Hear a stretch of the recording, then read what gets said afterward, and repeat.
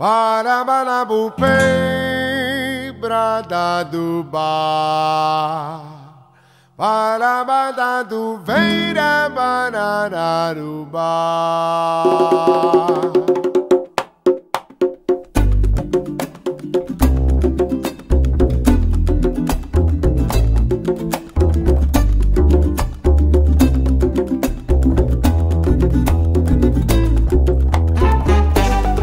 Bien, bonjour à tous et bonjour à nos invités que nous recevons avec grand plaisir et beaucoup de remerciements.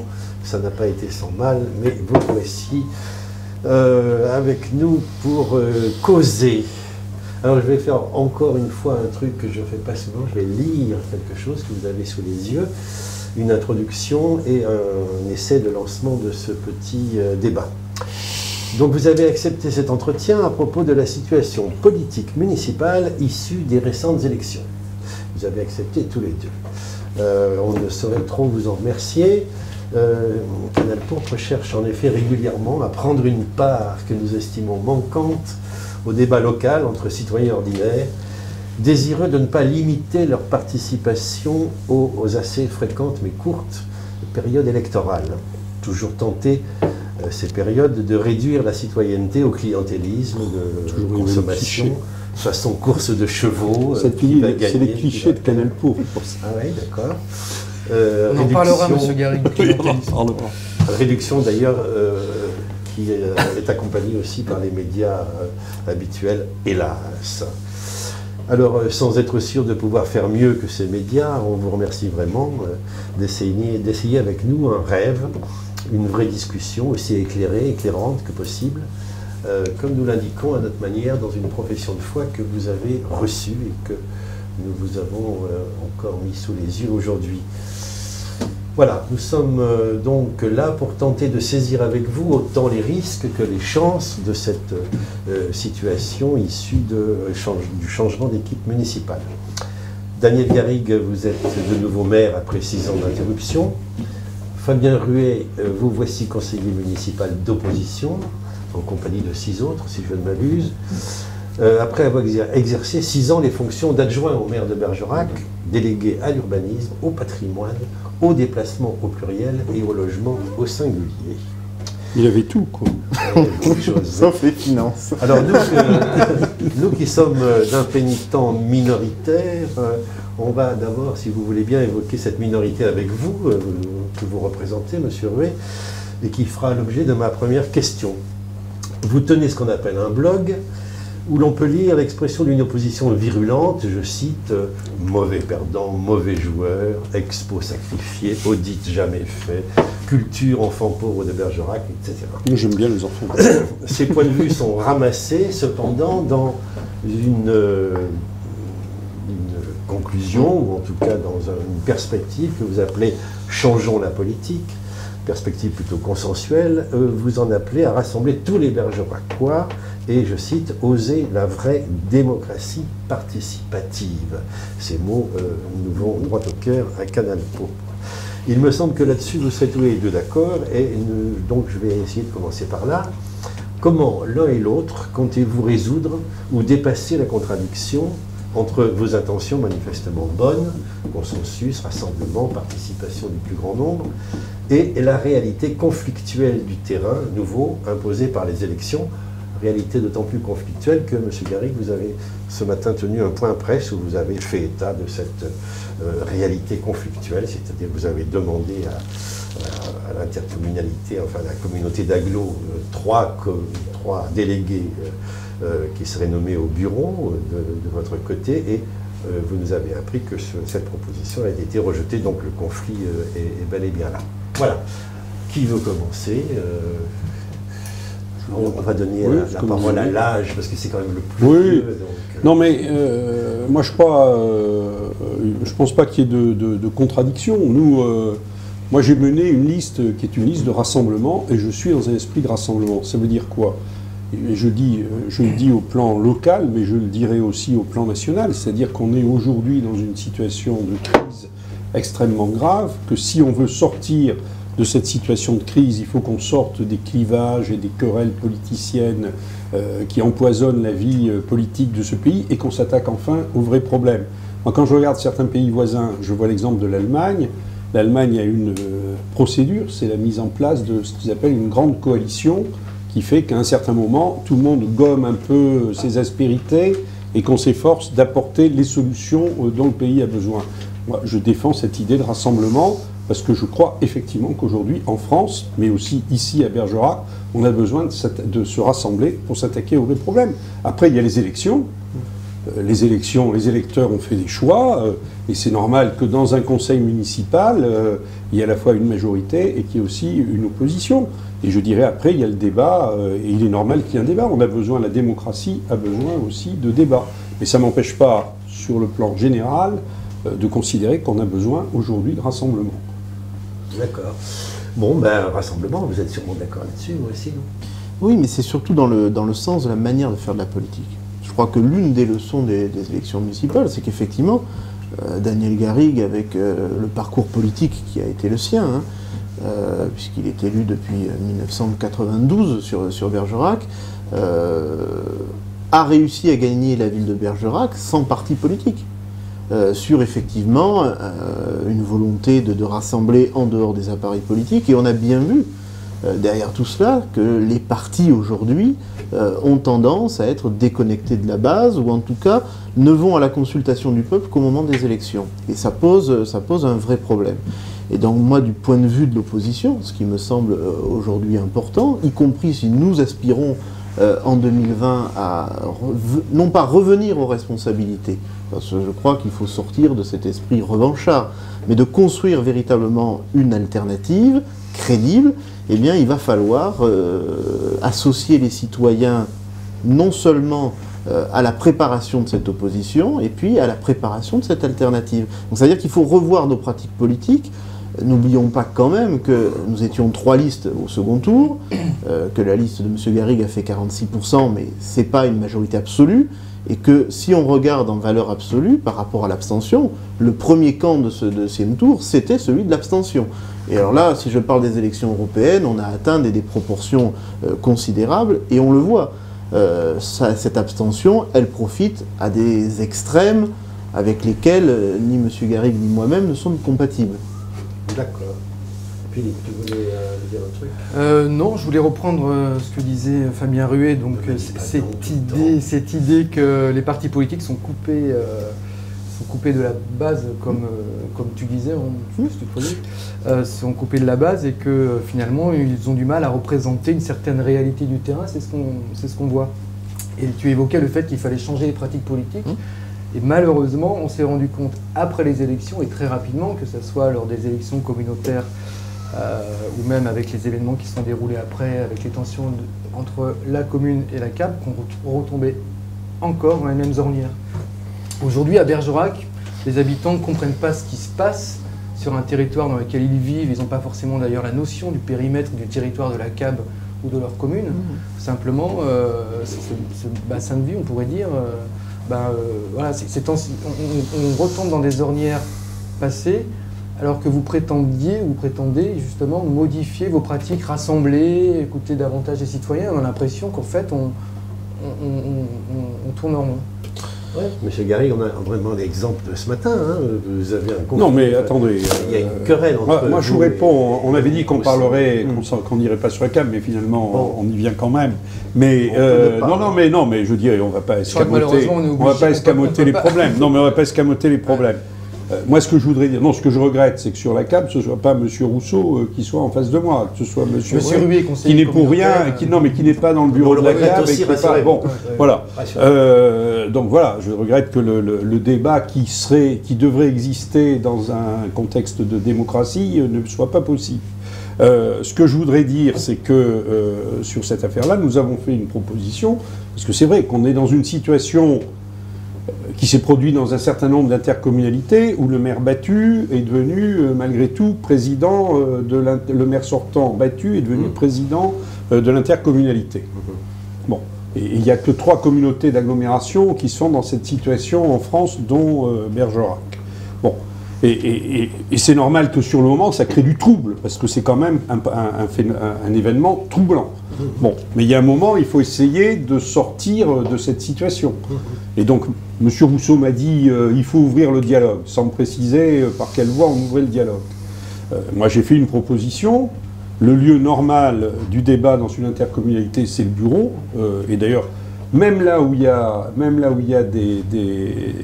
ces difficultés, partout, les villes-centres sont représentées au bureau. Le seul cas où il n'y ait pas de représentation, c'est Bergerac. Le bureau, bon. C'est l'organe exécutif. Oui, c'est l'organe exécutif. C'est l'endroit où on définit les projets, où on discute ensemble de la manière dont on va les conduire, etc. C'est là qu'a lieu la vraie discussion. Il faut être clair. Et c'est là qu'on peut dialoguer et qu'on peut éventuellement arriver à trouver des accords. Qui représente combien de personnes, excusez-moi? Quoi donc?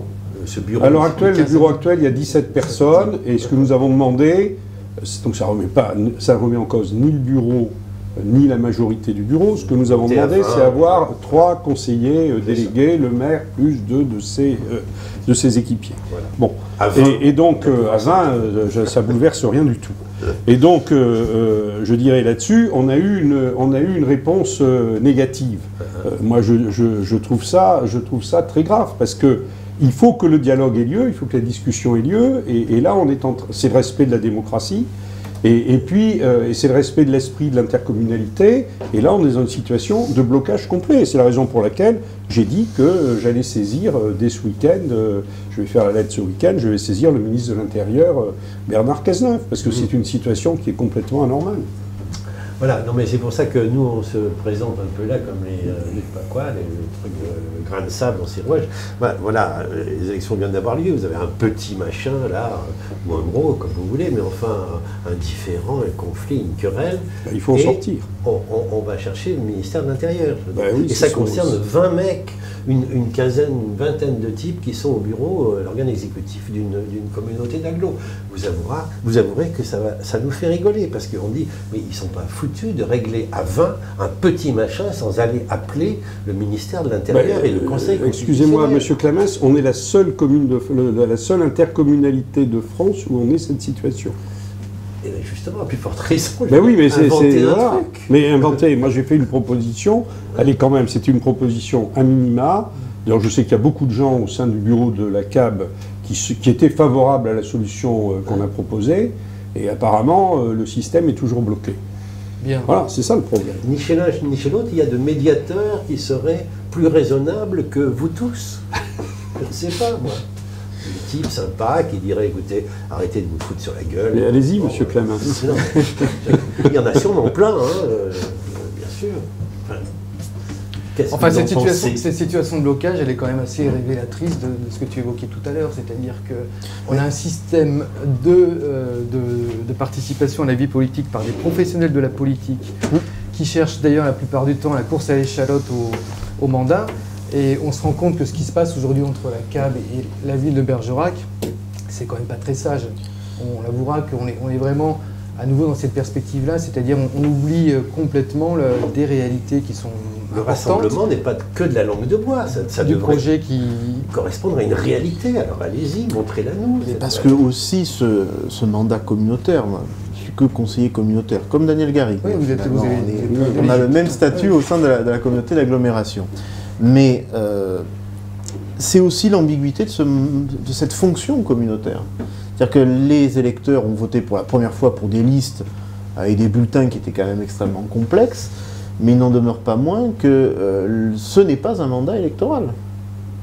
Et d'ailleurs, ça ne rentre pas dans le calcul du cumul, par exemple. Donc là aussi, je crois qu'il y a des choses qui vont devoir évoluer, parce qu'effectivement, on nous parle de grandes réformes de collectivités et des pratiques politiques, considérer les intercommunalités comme des mandats à part entière, en limitant le cumul, parce que je pense qu'effectivement, malgré tout, c'est un avantage d'avoir un président de communauté d'agglomération à temps plein. Moi, ça me paraît être une chose plutôt efficace. En tout cas, c'est pas mal payé, donc. Mais je crois que non, ça c'est le débat sur les indemnités.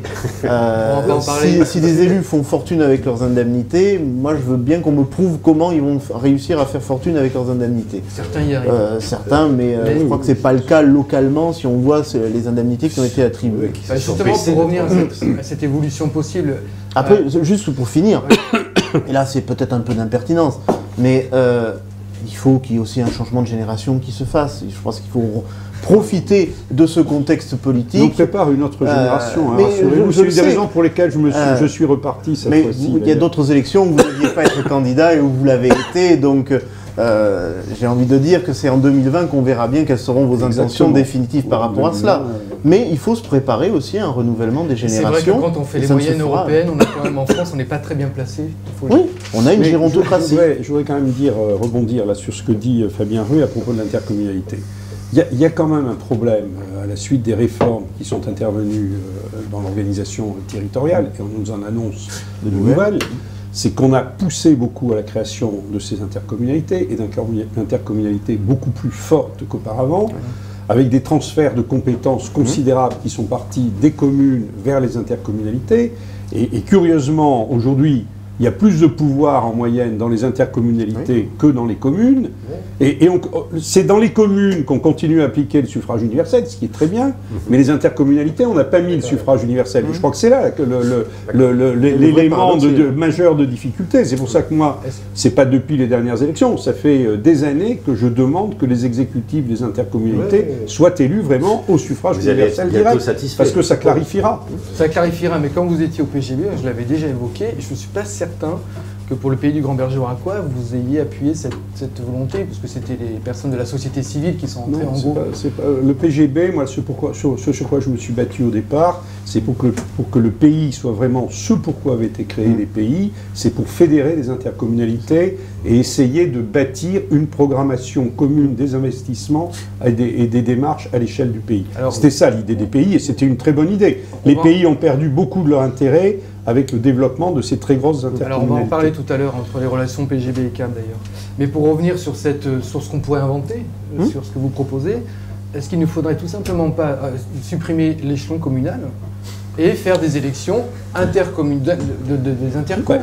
Je dirais qu'à terme on y viendra peut-être, mais c'est vrai que la commune, c'est encore ressenti par les citoyens comme un lieu quand même de partage, de lien. Et moi, je suis très frappé. Moi, je pense que les quartiers, oui, la commune, pas forcément. Comment est-ce que vous pouvez affirmer que les citoyens... Moi, je suis très frappé, surtout dans les petites communes. Parce que je suis, effectivement, il y a longtemps que je suis dans la vie publique locale, monsieur Rouet a envie que j'en sorte. Mais non, il n'a pas dit tout à fait comme ça. Il pas dit comme ça. J'avais 13 ans lorsque vous avez été élu pour la première fois. Mais ce qui me frappe quand même, c'est qu'il y a 20-25 ans, quand il y avait des manifestations dans les communes, on ne voyait pas grand monde. Des inaugurations, ça se faisait quand même. Et aujourd'hui, dès qu'il y a quelque chose, un événement dans une commune, tout le monde est là.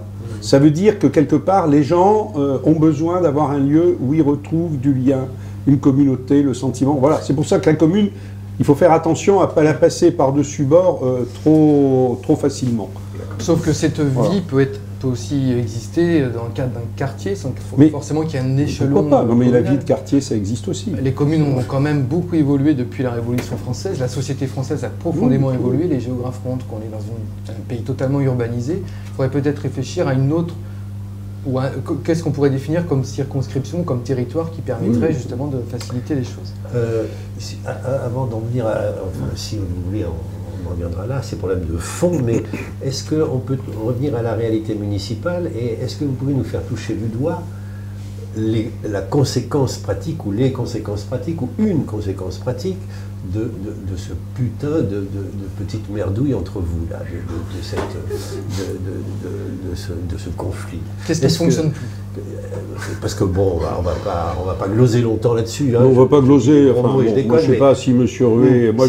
Est-ce qu'il y a des réalités pratiques qui vont, Écoutez, qui moi, vont je- être abîmés par ce genre de Non, choses. mais attendez, moi, la logique, ça serait qu'on soit au bureau de l'intercommunalité, on ne revendique aucune vice-présidence, on ne demande pas que les choses soient remises en question. Oui, oui, oui. Simplement, ce que je dis, c'est qu'à un moment, il faut pouvoir dialoguer, discuter, et c'est pas dans des discussions entre la CAB et la ville de Bergerac. Je suis désolé, la ville de Bergerac, elle est dans la CAB, elle en fait pleinement partie, donc il faut que ça se passe au bureau de l'intercommunalité.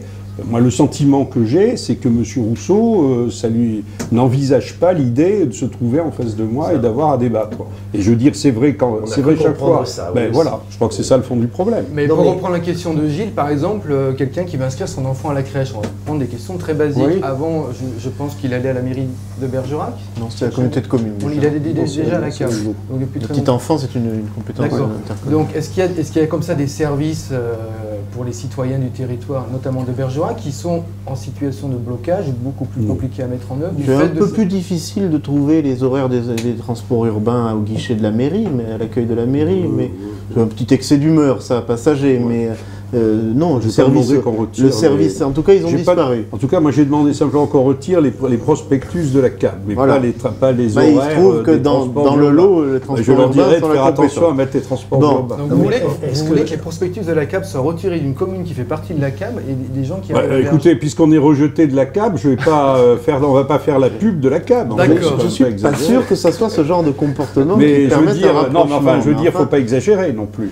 Non, mais est-ce que vous, concrètement, comme disait Je veux dire, Jean-Baptiste, on est bon, est-ce que- mais il y a quand même des limites. est-ce que vous pouvez mesurer les conséquences de cette bisbille-là? Est-ce que, Ah ben on les mesure complètement. Conséquences On les pratiques. mesure, mais on les mesure complètement. pas seulement entre vous, mais pour les gens? Non mais, monsieur Clamens, d'abord, si vous suiviez vraiment ce qui se passe, vous auriez vu par exemple que le dernier conseil communautaire et le dernier conseil municipal qui a eu lieu 3 jours après, il y a eu le vote dans les deux instances d'une convention sur les échanges réciproques de personnel, de services entre la ville et la CAB. Ça veut dire que les choses, je dirais, sur le quotidien, les choses continuent à fonctionner comme avant. Et Il y sur a- le service, je veux dire, il y a pas le de service raison. aux citoyens, ça ne changera Voilà, ça rien. ne- voilà. Les ordures ménagères sont ramassées Ah bah, comme elles ramassées, doivent oui, l'être, oui. etc. Non, mais voilà. Après, il y a une des divergences politiques sur les projets.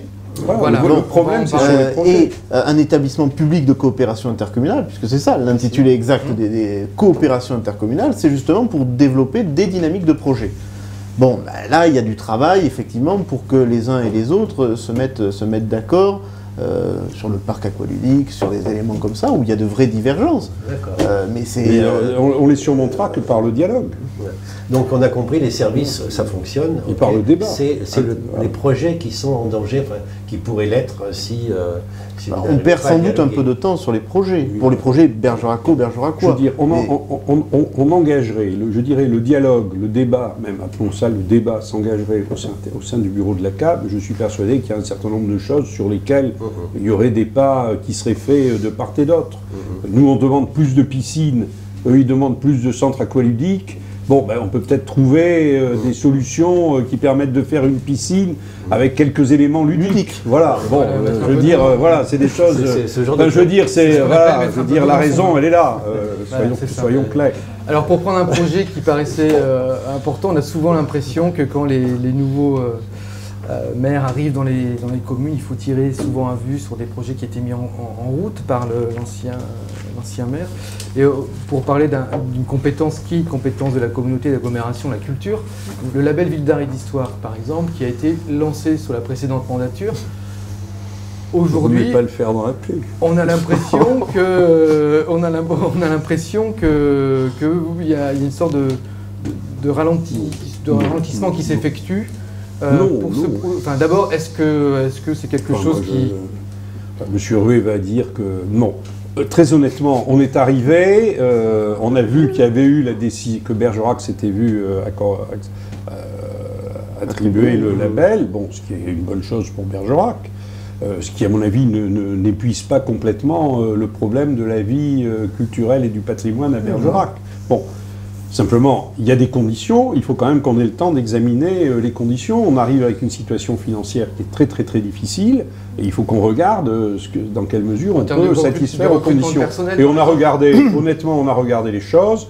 Bon, on ne va pas le faire dès cette année, mais l'an prochain, on va profiter du départ de celui qui travaille essentiellement là-dessus, pour préparer sa succession et recruter quelqu'un qui remplira les conditions. Donc on va assurer la continuité. Moi, sur ce dossier, je suis dans mon rôle de lanceur d'alerte. Après tout, c'est un dossier important qui ne fait pas tout, puisqu'il oblige plus qu'il ne donne de droit, mais il prévoit aussi que ce label, dans les 4 ans ou 5 ans qui viennent, bascule en label pays d'arrêt d'histoire, parce que le ministère a ces obligations-là. Donc c'est aussi un terrain sur lequel nécessairement il va falloir travailler avec la communauté d'agglomération. Donc il y a une commission de travail qui est mise en place d'ailleurs au sein de la communauté de la CAB pour pouvoir travailler sur ce dossier-là, sachant que tous les équipements culturels, que ce soit les musées ou les salles de spectacle, sont déjà transférés de facto à la communauté d'agglomération. Donc c'est vrai que sur ce dossier-là, il y a le recrutement du médiateur, de l'animateur du patrimoine, qui est un poste important. Bon, je suis aussi dans mon rôle de le rappeler, et de la même manière que j'ai proposé, et là j'avais délégation du président de la CAB, qu'on puisse essayer de voir ensemble si véritablement, y compris budgétairement, ça ne passait pas pour Bergerac, qu'on puisse trouver un compromis pour financer ce poste, qui est financé pendant les 3 premières années à parité par le ministère de la Culture via la DRAC. Là-dessus, si vous voulez, par contre, sur la politique du patrimoine, on peut avoir des divergences. Monsieur Ruet était très favorable au maintien, à la préservation du cinéma Le Royal. Nous ne considérons pas que c'est vraiment la vraie priorité sur le patrimoine. Nous considérons que la première priorité, c'est de dégager complètement le port de Bergerac pour en faire un lieu d'animation, et on a besoin d'acheter, je dirais, un substitut pour accueillir les voitures qui sont sur le port. Donc voilà, mais je veux dire, ça après on peut avoir des... C'est là-dessus qu'on a on aura des divergences. On aura forcément des divergences, c'est normal. Autre question, alors d'accord, service, projet, on a vu ça, mais du point de vue municipal, comment comptez-vous l'un et l'autre agir pour ce que vous déclarez à grand renfort de l'affirmation comme ça, à démocratie participative? Je veux dire, comment vous allez, comment vous voyez les choses et comment vous pensez développer ces trucs qui existent déjà dans les quartiers, les conseils de quartier? Voilà. Alors, juste pour compléter la question de Gilles, et quel bilan vous faites de votre ancienne mandature et de votre précédente mandature, où il y a eu des conseils et des comités de quartier? Oui. Quel bilan vous en faites et qu'est-ce que vous proposez? Alors, sur les conseils de quartier, c'est vrai qu'ils ont été mis en place. Ce sont des structures qui existaient, qui étaient déjà prévues par les textes, qui n'existaient pas à Bergerac parce que tradition des associations de quartier, et puis il n'y avait pas d'obligation en la matière. Nous avions beaucoup regardé l'expérience d'Agen, notamment, qui avait mené cette expérimentation. Agen avait fait en 2001 le choix qu'on a fait en 2008, c'est-à-dire d'avoir 6 grands conseils de quartier, c'est-à-dire un nombre limité de conseils de quartier. Ils se sont mis en place, les conseillers de quartier ont été très engagés, ont fait naître de vrais projets, et c'était bien l'objectif.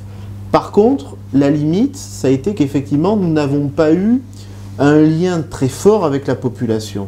C'est-à-dire que ce n'était pas véritablement la courroie de transmission possible entre les citoyens et ces conseils de quartier pour véritablement les associer davantage. A l'inverse, on a mis en place dans le cadre de l'accompagnement à l'ANRU la gestion urbaine de proximité, qui était une des obligations d'ailleurs de l'ANRU. Et là, on a pu ponctuellement sur un certain nombre de dossiers, lorsqu'il s'est agi de faire avancer les opérations de démolition et de reconstruction urbaine, des dynamiques de projets très locales, comme l'implantation, le lieu d'implantation d'une aire de jeu, etc., et où on a pu associer les habitants. Ça nous a notamment permis, ces réunions, on en faisait une tous les 2 mois en moyenne, de gérer toutes les questions de relogement et les traumatismes, ou en tout cas les troubles que cela pouvait poser. Bon, donc il y avait encore beaucoup de choses à faire. Aujourd'hui, moi j'ai lu la feuille de route du premier Bergerac Info.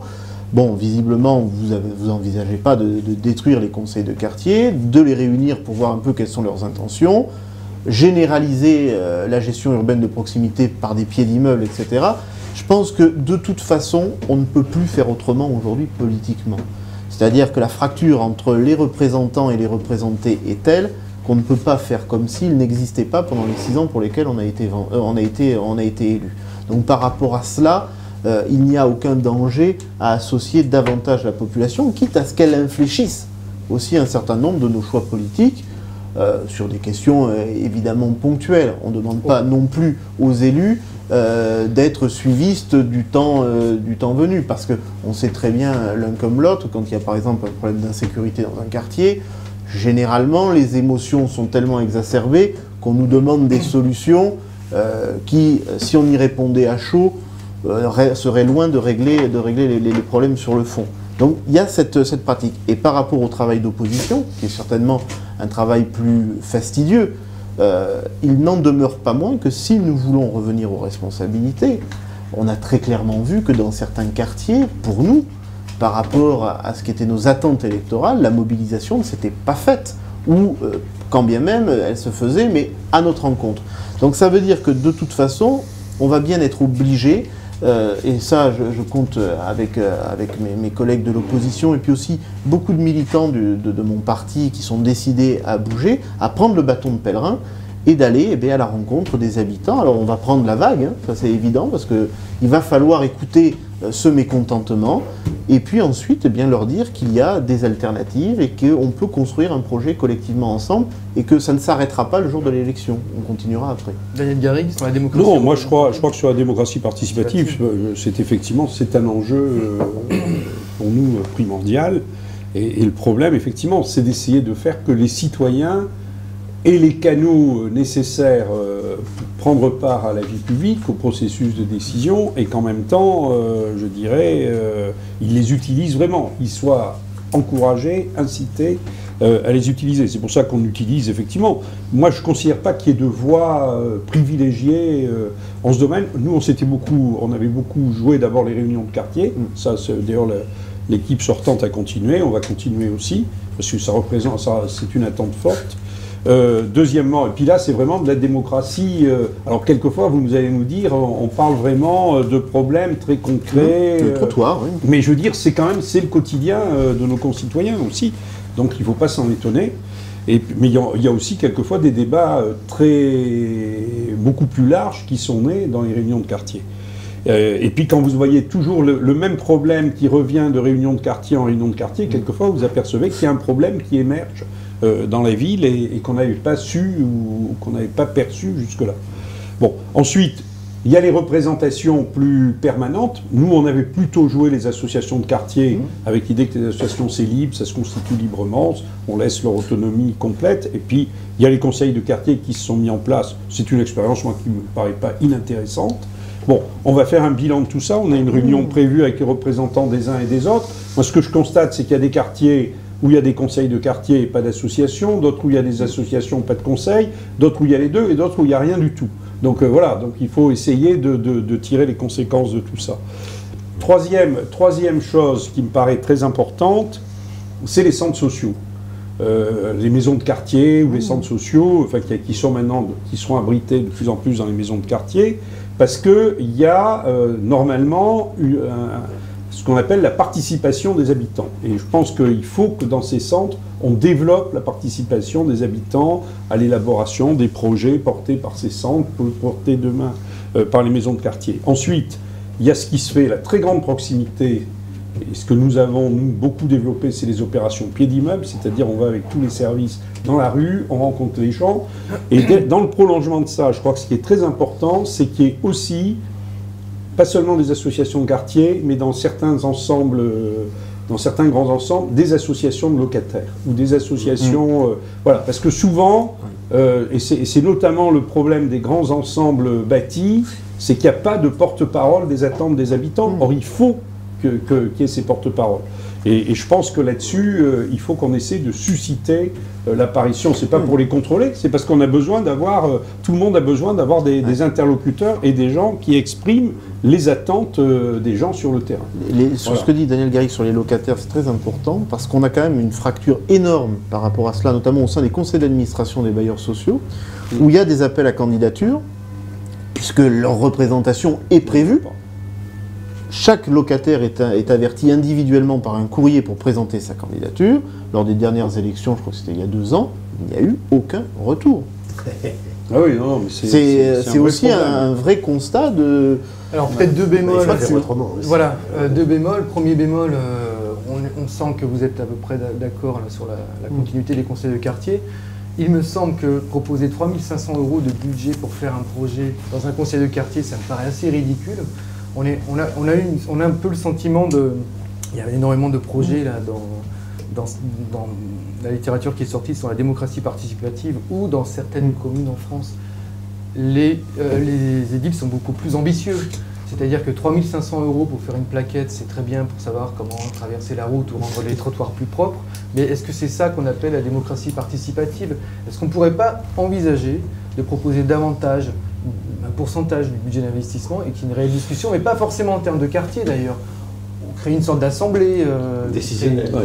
Voilà. Là, nous, on va entendre les deux expériences. Moi, ce qui me paraît des budgets, c'est pas très facile. Et puis, je dirais, il faut voir la dimension des villes.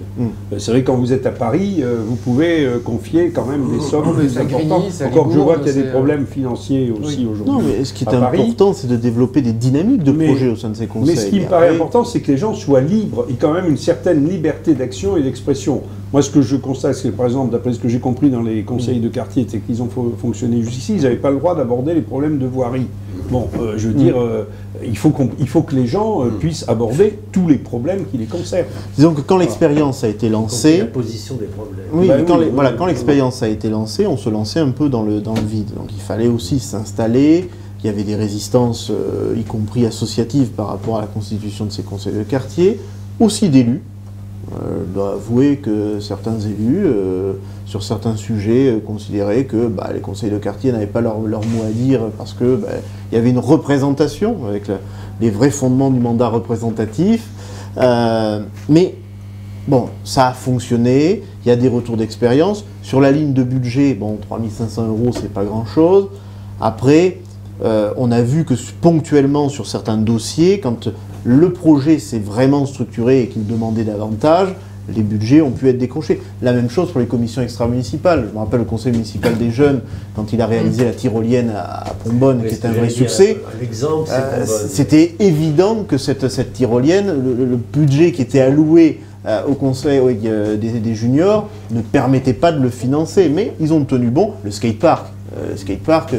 On oublie, mais c'est une initiative quand même aussi de ce conseil extra-municipal. Et au bout du bout, les élus ont assumé leurs responsabilités parce que le projet était porté. C'est vrai, commission extra-municipale. Demain, nous lançons la commission extra-municipale de l'environnement. D'accord, avec qui? Avec des représentants des différentes associations qui interviennent dans le domaine de l'environnement. Que vous avez oui, dit. voilà, on a puis un certain nombre de personnalités qualifiées. Il y a quelques élus dedans, mais celui qui mènera cette commission ne sera pas un élu. D'accord. On sera un représentant. Personnalité qualifiée. Et on fera un représentant des associations ou des personnalités qualifiées. Et on va créer une commission extra-municipale de l'accessibilité. Pareil. Ouais. Parce qu'il ne faut pas que sur des sujets comme ça, si on veut vraiment une vraie commission extra-municipale, il faut que l'ordre du jour et les dates de réunion soient fixés en dehors des autorités municipales. Parce que sinon, l'effet d'aiguillon ne joue plus. D'accord. Voilà. Merci. Donc c'est une expérience à tenter, on va voir ce que ça donne. Mais je veux dire. On ne va pas trop tarder, mais moi j'ai une question, peut-être pas pour finir, mais quand même une question un peu plus générale. Donc, quelle est votre vision du territoire bergeracois? C'est-à-dire, en quelques mots, évidemment, je sais que c'est une question un peu complexe. Comme ça, mais je viens de voir que Bergerac était toujours dans la liste des régions pauvres, je ne sais pas comment on les appelle, un truc officiel qui est réservé. Donc, et je n'avais pas vu ça au début, mais j'avais vu Villeneuve, j'avais vu Sainte-Foy, Marmande, mais je n'avais pas vu Bergerac. Et donc il semble que Bergerac y soit toujours et encore. Alors je ne sais pas si c'est la réponse à ma question, mais comme ça en quelques mots, vous pouvez nous dire qu'est-ce que vous voyez comme vraiment les caractéristiques propres de notre putain de territoire dont on ne sait pas trop comment le définir. Donc, à votre avis, qu'est-ce qu'il définirait le mieux, y compris en perspective, c'est-à-dire ce que vous souhaitez pour lui, quoi. Non, mais sur ce territoire, vous l'avez dit, c'est un territoire qui souffre, mais c'est malheureusement pas nouveau, et c'est un phénomène qui a tendance à s'aggraver parce que nous avons subi de plein fouet la désindustrialisation du complexe militaro-industriel au tournant des années 90. Et que j'ai envie de dire, si aujourd'hui on a un PIB par habitant qui est équivalent à celui de certains bassins miniers, la classe politique nationale s'est beaucoup émue de la disparition des mines et de tout ce que ça pouvait représenter dans le Nord-Pas-de-Calais, mais c'est vrai que cette saignée sociale que nous avons subie dans le Bergeracois par étapes, par vagues successives, parce que ça s'est démantelé très progressivement, eh bien, naturellement, ça s'est fait un peu dans le silence, et on arrive à avoir un territoire communal qui est en proportion extrêmement grand par rapport aux petites communes qui l'entourent. Bergerac, c'est 29 000 habitants, et on sait que derrière, Prigonrieux est quand même bien loin, et puis après on tombe vraiment dans la structure de village. Justement, on est encore dans les structures...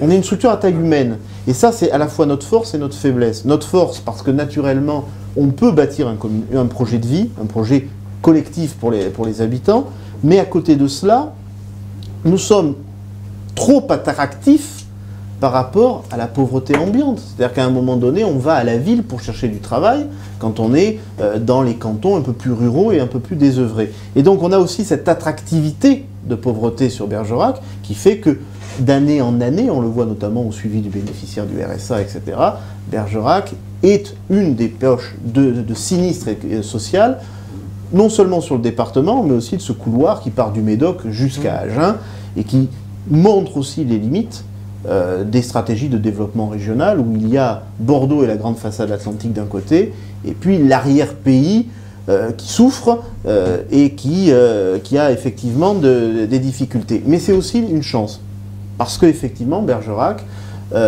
est à terme, plus ou moins sur certains domaines, la proche banlieue de Bordeaux. Et qu'à un moment donné, tout le projet qu'on a pu défendre lors des dernières élections, pour faire en sorte que notamment une partie de la ville puisse se tourner avec le débat sur la LGV, la liaison ferroviaire de Bergerac et Bordeaux en 1 heure, c'est aussi pour attirer de nouvelles strates de population plus active, de façon à ce qu'on ne soit pas seulement une ville attractive pour les seniors. Et en même temps, nous avons cette chance d'être un peu la porte d'entrée de ce Périgord touristique par rapport justement à cette façade atlantique. Entrée par la 89, on peut considérer que Bergerac est quand même la première entrée autoroutière quand on vient de la façade ouest, et puis cet aéroport qui nous ouvre quand même des perspectives à la condition qu'on soit capable de capitaliser. C'est-à-dire que c'est bien beau d'avoir 300 000 voyageurs sur Roumanière, si nous n'arrivons pas à les garder une nuitée ou 2 nuitées, nous n'arriverons pas à rentrer dans la strate des villes touristiques. Et le label Ville d'art et Histoire n'était qu'une première étape. C'est-à-dire qu'il faut travailler sur les 10 prochaines années pour que cette ville soit aussi une ville touristique, et de façon à ce que dans notre ressources économiques, eh bien, le tourisme puisse compter pour à peu près un tiers. On a la viticulture, on a l'industrie agroalimentaire qui est déjà là et qui est une chance. Mais il faut diversifier ces ressources parce qu'il faut créer de l'emploi. Je suppose que vous êtes tout à fait d'accord. Oui, non mais, si vous voulez, on est une ville, une région qui souffre. Ça, c'est incontestablement pour tout un ensemble de raisons. Moi, je partage en partie les analyses de Fabien Rué là-dessus. Pour autant, on ne peut pas vivre dans la nostalgie permanente du passé. Il faut qu'on soit capable de jouer de nouvelles cartes. Et moi, je vois plusieurs cartes, effectivement, qu'on peut jouer. Alors, le développement touristique, je suis 100% d'accord. C'est pas qu'une affaire de label, c'est une volonté de mettre en valeur notre patrimoine, de jouer pleinement la carte de l'aéroport qu'on a mis en place à partir du début des années 2000. Je pense qu'il y a d'autres cartes à jouer. Le circuit court. C'est une carte où on doit être une vitrine, parce qu'on a la chance d'être dans une région où on a en ce domaine des atouts considérables. On produit de tout ici. Bon. Et puis, autre élément qui me paraît primordial, c'est le numérique. Parce que vraiment, le numérique peut redistribuer les cartes entre les communes. Et donc, il est essentiel qu'on ait des zones d'activité qui soient câblées avec la fibre optique, qu'on soit vraiment au top là-dessus, et qu'on réussisse à attirer... Parce que c'est un problème de circulation de l'information, et la fibre optique le permet, il faut qu'on soit capable d'attirer des entreprises qui soient vraiment porteuses d'avenir.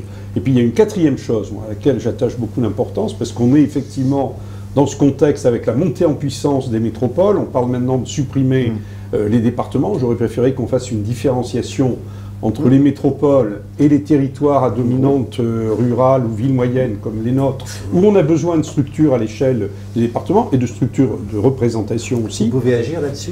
Ben, il faut, oui, on va se battre là-dessus, parce que je crois que tout le monde se bat d'ailleurs en ce moment là-dessus. Mais une des choses qu'on va essayer de relancer, et qu'on avait commencé à engager, c'est de nouer d'autres formes de solidarité, notamment avec les autres villes moyennes du Nord-Aquitaine. Parce que je crois qu'on est tous confrontés, que ce soit Libourne, Marmande, Bergerac, Villeneuve, Périgueux, on est tous confrontés au même problème, c'est-à-dire de se faire entendre, d'être capable de peser face au poids de la métropole bordelaise, et il faut qu'on arrive à bâtir des projets communs et à se faire entendre ensemble. Donc cette mise en réseau montre bien que le territoire est en constante évolution. Tout à fait. Tout à l'heure, tu parlais de Prigonrieux, mais un Prigontin, son espace vécu, c'est Bergerac, c'est pas Prigonrieux. Il va travailler à Bergerac, il vit quasiment à Bergerac, résidence secondaire, même pour ceux qui habitent sur les coteaux, les riches coteaux de l'Ambra. Donc voilà, on est... Monsieur Thérault n'est pas là, alors on va se défendre. C'est pour ça, on a l'impression qu'on est vous êtes toujours ancré sur cette délimitation de la commune qui me paraît complètement, en grande partie dépassée par le vécu des habitants. Et même pour le département, je ne suis pas certain que l'échelle départementale soit encore l'échelle pertinente. On en reparlera, justement. Voilà, moi j'avais une dernière question aussi, puisque vous avez travaillé tous les deux sur l'urbanisme, le logement et le patrimoine. Puisqu'on était dans la projection de votre vision du territoire, est-ce que vous avez tous les deux réfléchi, enfin je pense que oui, sur une utopie urbaine possible pour la ville de Bergerac? Ça c'est une question. Heureusement que les résultats du bac sont tombés. De toute façon, par définition, l'utopie est réalisable. Je dis réalisable. Pas forcément réalisée, mais elle doit s'enraciner dans le réel si on veut qu'elle soit véritablement mobilisatrice. Et Bergerac est une ville qui dispose d'atouts, on l'a dit tout à l'heure, considérables. Moi, je crois en la mixité sociale. Je crois effectivement à l'échelon du quartier. Et je pense qu'effectivement, nous avions tracé un certain nombre de pistes.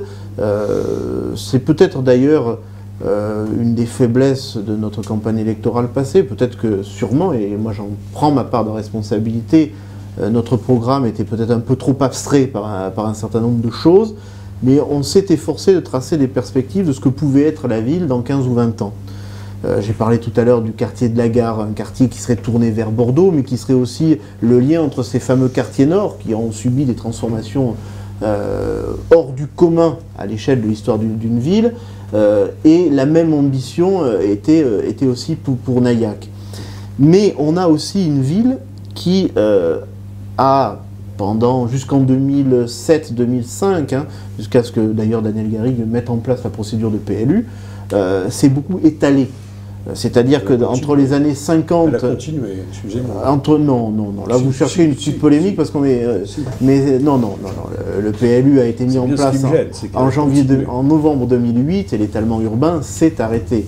La preuve en est, c'est qu'effectivement, les lotissements se sont plus développés en périphérie. Pas sur la rive gauche, tous les espaces verts ont été consommés. L'étalement, c'est pas bien. C'est ça que vous êtes en train de dire. Mais ce n'est plus possible. On parlait tout à l'heure des circuits courts. La grande avantage des documents d'urbanisme, c'est effectivement d'avoir figé un certain nombre de territoires, de terrains, en leur redonnant leur vocation agricole. Ça a posé d'autres problèmes, c'est-à-dire que beaucoup d'agriculteurs comptaient sur la vente de ces terrains pour payer leur retraite. Donc, par rapport à cela, l'utopie urbaine en place, c'est de se dire qu'il va falloir revenir en ville. Parce que le rêve pavillonnaire, ou le cauchemar pavillonnaire, avec ces phénomènes d'enclosure qui se sont généralisés, c'est un modèle, qu'on le veuille ou non, qui est dépassé. Donc comment, effectivement, dans les 15 ans ou 20 ans qui viennent, on va inventer des modes d'habitat qui vont permettre de revenir en centre-ville en offrant à chacun une cellule de vie bien individualisée. Ce que nous avons fait sur Beauplan est à ce titre totalement exemplaire. On a été capable de combiner du logement social avec une opération urbaine de logement dit intermédiaire, où on regroupe malgré tout l'habitat, on réécrit ce qu'était la maison de ville, les shops du 19e, début 20e, mais en répondant aussi aux enjeux de développement durable, parce qu'on sait que des bâtiments bien construits, c'est des bâtiments qui consomment peu en énergie. Donc l'utopie urbaine, elle est là pour les années à venir. L'utopie urbaine pour vous, Monsieur Garrigue, avant de répondre. Écoutez, l'utopie urbaine, d'abord, je crois que Bergerac déjà réalise une utopie, c'est la ville à la campagne. C'est-à-dire qu'on a la chance d'être On dirait une un ville... slogan de... on dirait un Non mais, slogan de pub, non mais c'est pas ça, mais c'est vrai. Les années 80. Non mais c'est une vieille idée, la ville à la campagne. Mais je dirais que quelque part à Bergerac, elle existe parce qu'on a énormément d'espace.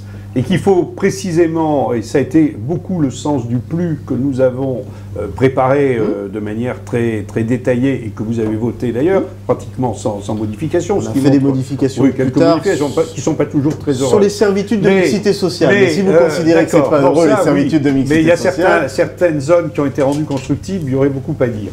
Mais par contre, ce qui est important, c'est effectivement à la fois de préserver ces espaces naturels et même les développer. C'est tout l'enjeu de la coulée verte du Codo que nous avions engagé et qu'on va essayer de relancer maintenant, Pombonne, etc. Et puis en même temps, effectivement, essayer de densifier davantage l'habitat que ça n'avait été fait auparavant. Et je dis si on, et en même temps assurer, je suis tout à fait d'accord sur l'objectif de mixité sociale, simplement il faut faire appel aux opérateurs qui sont capables d'assurer la mixité sociale. Il y a les promoteurs privés, mais il y a aussi les bailleurs sociaux. Oui. Et je constate par exemple qu'en centre-ville, nous avons mené beaucoup d'opérations avec les bailleurs sociaux d'habitat collectif, la résidence du Guesclin, la rue des Fargues, les Gabariers, les Bateliers, etc. Et c'est des opérations qui fonctionnent bien. Ce que j'ai trouvé beaucoup plus, le bilan me paraît beaucoup plus contestable, c'est les opérations qui ont été menées avec l'ANA, les opérations programmées d'amélioration de l'habitat, parce que les gens sont venus défiscaliser pour faire des travaux, et le bilan, il faut le reprendre vraiment complètement. Donc je crois que là-dessus, il y a un très gros travail à faire, mais je pense que la caractéristique de Bergerac, c'est de marier à la fois une certaine densification par rapport à ce qu'on a fait jusqu'à présent et de remettre en valeur les espaces naturels. Je parlais de Pombonne, la coulée verte. Il y a la Dordogne aussi, la rivière Dordogne, qui est quand même c'est une ville qui est tournée vers la rivière, à la différence de beaucoup d'autres villes qui sont, je pense, Périgueux est assez tourne plutôt le dos à la rivière. D'accord. Je crois que M. Gary, il avait une dernière question. Il a dit. Mais non, je dis ça pour plaisanter. Parce que quand vous ajoutiez sans cesse des questions... On va vous libérer, mais ça fait une petite heure. Un peu moins d'une heure. Oui. Ça vous va? C'est bon? Oui. Encore une fois, merci d'être venu. On vous réinvitera sûrement, parce que vous êtes sympa. Volontiers. Et puis vous n'avez parlé ni du Tour de France, ni de la Coupe du Monde. C'est très bien. Non, mais on s'intéresse quand même aux deux. Mais, je veux dire, non, merci, on parlait de Bergerac. Merci. Merci beaucoup. Merci à vous. Merci. Ba-da-ba-da-do,